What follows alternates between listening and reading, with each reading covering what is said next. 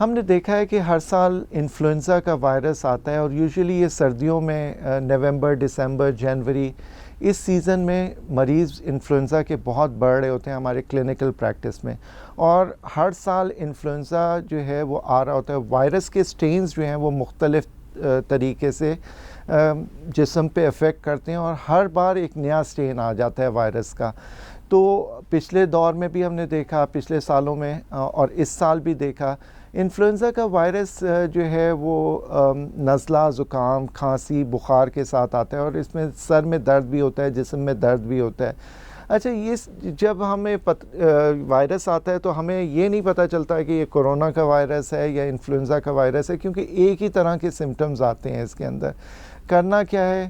کرنا یہ ہے کہ اس سے بچاؤ کرنے، اور بچاؤ اس طرح کیا جا سکتا ہے کہ آپ جو ہے اپنا بہت خیال کریں، ماسک کا استعمال کریں، ہینڈ شیکنگ سے اپنے آپ کو بچائیں، اور ساتھ ہی جو ہے وہ ہینڈ سینیٹائزر کا استعمال کریں. باہر گرد سے بچیں تاکہ جو ہے وہ یہ وائرس نہ لگے. کچھ ویکسینز بھی اویلیبل ہیں جو کہ لگا سکتے ہیں، لیکن یہ ویکسینز آپ کو اکتوبر سے پہلے لگانی ہے تاکہ ویکسینز جو ہیں وہ اپنا کام کریں اور آپ وائرس کے بچ سکیں.